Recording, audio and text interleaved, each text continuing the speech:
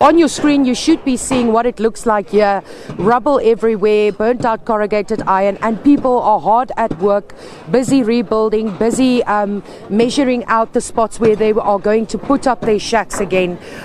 We understand not many people took the opportunity to go to community halls last night to take shelter, because in most of these instances we see, as soon as there's a devastating fire like we see here, people elect to come back to the spot as soon as possible because they are afraid of losing their designated area where they will erect their shacks. But to talk to us a little bit more this morning about the issue that's unfolding here, we have Mariska Botha, and he's the MACO member for Human Settlements in the City of Cape Town. Good morning, Mr. Botha, and thank you for being with us. What kind of aid or what kind of information are you bringing to the community this morning? And good morning to the viewers.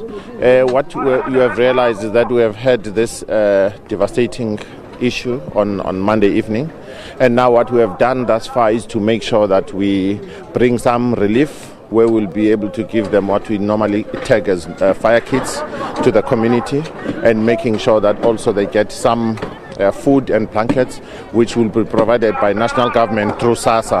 So we are waiting for that SASA, but our material for them is on its way. I've instructed our unit to bring all the material that is required. We have lost more than 200 structures, which is about 256 structures, so all of them will get structures. But over and above that, what I want to indicate, these people are going to a development that is nearby that we are trying to finish off now, so they won't be staying here forever.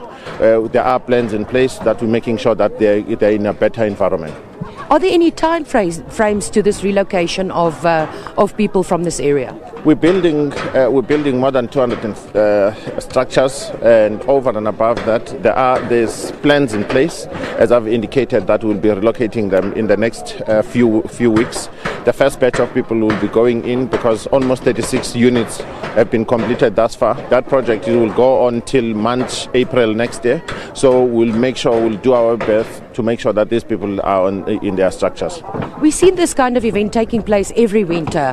If it's not localized flooding, we see that structures burn down because people are trying to stay warm. How is the city trying to curb these kind of incidents from recurring?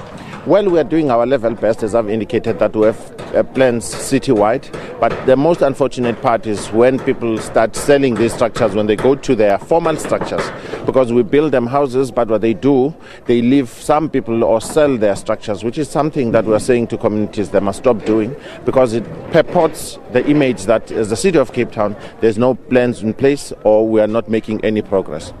Thank you very much. That was Mariska Botha, the MACO member for Human Settlements in the City of Cape Town, saying that there is structures not far from here. We actually saw them as we came in, and people will be moving to that area shortly. For the time being, people are very busy here erecting their structures. As you heard Mr. Botha say as well, they will be getting so-called starter kits to re-erect their structures, and they will also be provided with food and blankets. But this morning, it's as if they have a dual challenge, because a little while ago heavy rains came down. So in spite of the fire here, they're still battling with the elements in the form of heavy rain that's coming down in the area, and it's also bitterly cold. So it's a tough time that lies ahead for the community of Masiphumelele here close to Fish Hoek.